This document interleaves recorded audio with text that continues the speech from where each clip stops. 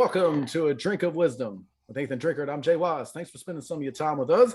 As a reminder, we're on the Anchor app, we're on Spotify. You can find us on Apple Podcasts. You can find us so many podcasting platforms we don't even know, we can't even keep track of them anymore. And if you're looking for us in the video format, you can find us at the A Drink of Wisdom YouTube channel. And we're streaming live on the Colorcast app. With all that being said, Drink, it's great to have you back for another week of just outstanding broadcast excellence. And I'm glad to be here on this outstanding broadcast excellence on another tremendous Tuesday. You know what time it is, folks. We up in here. But before I start, I gotta ask you how everything over there with you and yours, man. Good, man. Moving along. How about you? Moving along. Yeah, speaking of moving along, let me get moving along. You know what it is. Another day, another dollar. We got to give the streets what they need. We see what they don't. Absolutely. Say what they want. Set your dinner plates because it's time to eat. And last but not least, let's talk some sports, baby. Jay, what we got today? Drink, one technical issue real quick. Can you turn the volume down on your phone? I can hear my echo like pretty bad Okay. right now. If we could get the technical department squared away, would be great.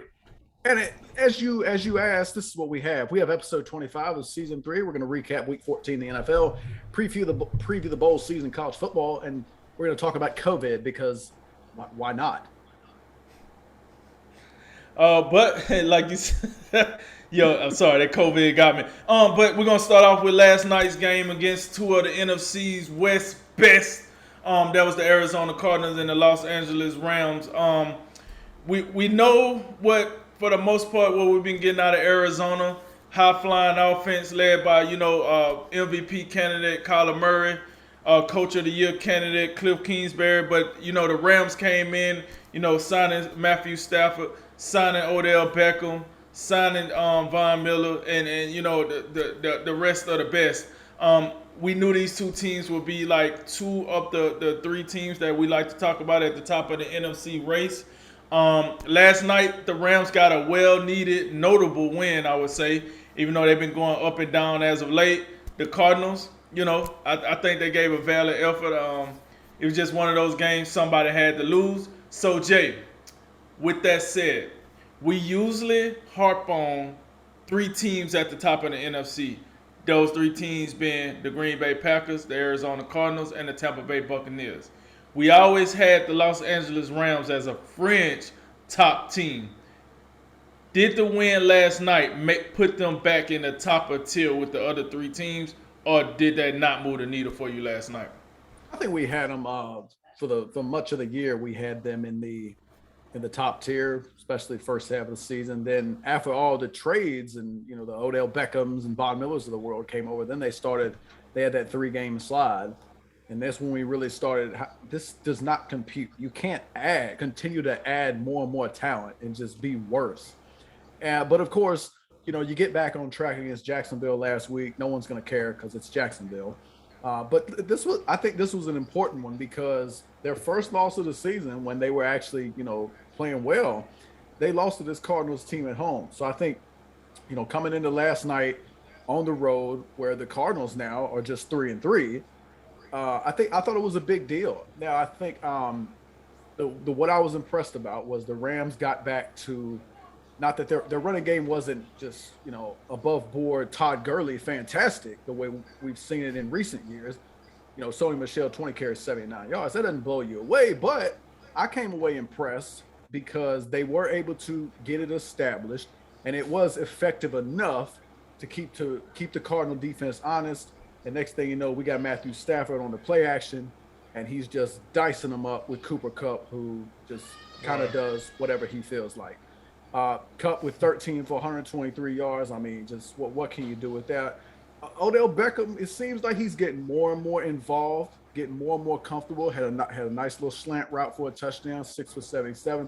And then you can hit Van Jefferson on a deep ball from time to time. He can stretch the field. So I like what they got going. They seem to, slowly but surely be getting their stuff together on offense without Robert Woods. And they were a little shorthanded last night. They had some, I don't want to jump ahead too much, but they got some COVID issues with, Darrell Henderson, your starting running back. Your starting tight end Higbee was out. Havenstein, your right tackle. So Jalen Ramsey not there for the defense. That's a big deal. But I really thought the Rams won this game because they were the stronger team up front. I think they were the better team up front on both sides, and that's not necessarily surprising. Um, Particularly when I mean, the Cardinals' run defense, I think is pretty putrid. They weren't terrible last night, but that's still something, an area where you can get them. And then on the other side, you know what time it is. It's the Aaron Donald show. Aaron Donald wrecked this game. This man had 3 sacks. He forced the first interception Kyler Murray threw with a little tip ball. And he was just a menace in the backfield all night. So I mean, that's basically what you have. You have the Rams with a better team up front. The Cardinals from a statistical standpoint, were a little bit better, total yards, passing yards, rushing yards with Kyler Murray assisting than with what he can do on the ground. They were better, but then they were a little bit better on third downs. But they lost the turnover battle. They had 2 interceptions, including a fantastic play Leonard Floyd made early in the third quarter. And they had a couple more penalties, and they were inefficient in the red zone. They settled for too many field goals.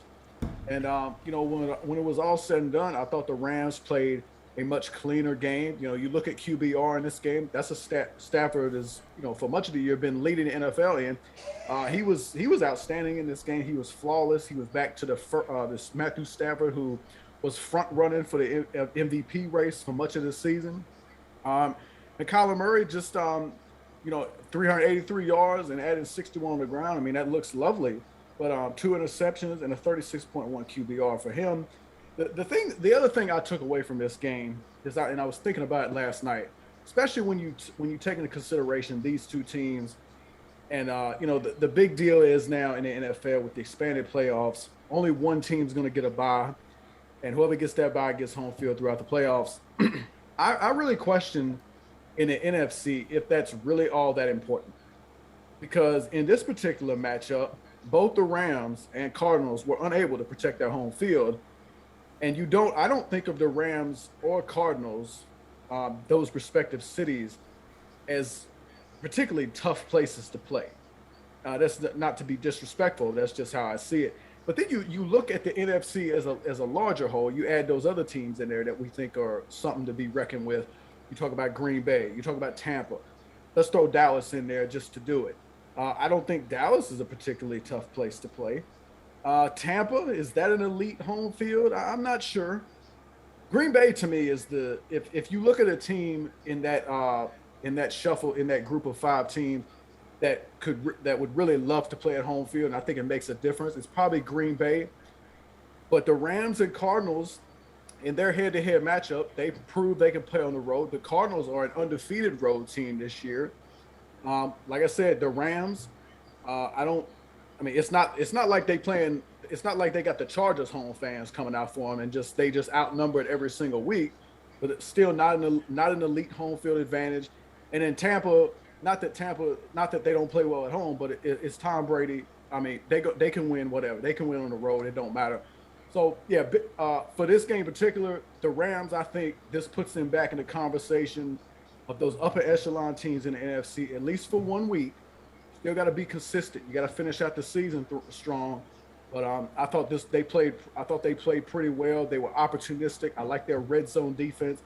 And then overall, the home field advantage that we make such a big deal out of, I don't think in the NFC it really is going to turn out to be that big of a deal unless Green Bay is the team that comes out with the number 1 seed. And with that said, I think Green Bay got a very, very good shot of being the number 1 seed. I think, years in, and I know this is not about Green Bay, but when we're talking about that number 1 seed and having to go through that cold Wisconsin wide open, snow on the ground, having to go through that to make it to the Super Bowl. I think it's a very good chance this season that you can get that. I think Green Bay is playing phenomenal ball on both sides of the ball. And, we always, talk trash about who's going to step up with Devontae Adams, with whatever. Just pick a wide receiver. They show up. That's all that needs to happen. But to the 2 teams that played last night, listen, the Rams, like you said, we back, baby. That's what Matthew Stafford saying, we back. I thought last night was very vintage of the Rams. And why do I say that? You made a good point. The QBR. Matt Stafford QBR went back to the way it was probably, let's say, 4 weeks ago before they started going up and down. Cooper Kupp went back to looking like the leading receiver in the NFL like he once was with his performance. And dare I say, now you got Van Jefferson back as the third receiver. What do you know? Now you got Odell Beckham seem to be fitting in quite well as the number 2 receiver with Robert Woods out. I mean, correct me if I'm wrong, but I don't think it's an argument there. Cooper's 1, Odell's 2, Van Jefferson is 3. And I think, if I'm not mistaken, we might have talked about this at an earlier time. I think roles matter with teams more than we want to think they do. And you have to know what role you play. I felt like the Rams last night, they got their roles. Cooper Kupp, you the 1. Odell Beckham, listen, we know who you are. We got it. But you're going to be the 2 on this team. You ain't done that in like 3-4 years. Like, let's knock it off. You're going to come here, you're going to be the 2. Van Jefferson, we barely know who you are. And your dad coaching on the other sideline. So we're going to put you at 3. So they played that way. Another thing I like, Sony Michel finally came alive. Now, if you remember, when they made the trade with the Patriots to get Sony Michel, I was like hyped about that because I thought, hey, Sony Michel, former, first round pick, now he's going to get a chance to come and be the man on a good team. And I think a change of scenery going to do him well. And it didn't quite turn out that way from the start. But what I seen last night is what I had envisioned for Sony Michel when he got, traded to this team. I was like, hey, this guy should be the number 1. He's going to take care. And I think he's going to be pretty good. And I thought he looked really good last night. Did you have something? No, I agree with you. Okay. Okay, my bad. I thought you was trying to. So I liked that last night. And into last night, listen, here's the deal. For anybody that watched that game last night and think Aaron Donald is not the best defensive player in the league, you're kidding yourself. I didn't see one single snap where he got a one-on-one. I mean, it was a 2-on-1 every snap, sometimes probably a 3-on-1. Like, they just showed no respect to the other defenders out there on that line. They're like, listen, as long as Aaron Donald don't beat us, whatever. And, I mean, to his credit, he still made plays. But I just thought, looking at that's what you want out of your defensive player. It was like, listen, I might not do anything tonight, but I'm going to demand my respect. And that's what he got last night. He demanded his respect. As you see, with the Cardinals offense, the defense, could have been better. But listen. Sometimes when you play good on good, you're going to get beat. That's just what it is. I got it. It's the NFL. I don't think every time someone gives up a touchdown, that team's a bomb on defense. Oh, they're so good. They hot garbage. It's the NFL. Everybody's professional. Everybody's getting paid a lot of money to do what they're supposed to do. So it's going to happen. I thought, like I said in the lead-in, like, it was what it was. These are 2 of the most elite teams in the NFC. They happen to play in the same division. Somebody got to win the game. Somebody got to lose. Okay, I know it's the regular season. You can have a tie. But in the sense of the word, somebody got to win. Somebody got to lose. And it happens to be the Rams that won last night. But I tell you, Kyler Murray, man, he looked at every bit of an MVP candidate, I thought, last night. I thought Cliff Kingsbury probably, even though he lost the game, he probably opened some more eyes. So, okay, the Cardinals can't play with the upper level. Even though I know you don't like that run defense all that much. But even though that run defense is suspect, still, you look at these teams, you say Cliff Kingsbury, possibly coach of the year, Kyler Murray, possible MVP. With all that said, they put it together. Hell of a Monday night game.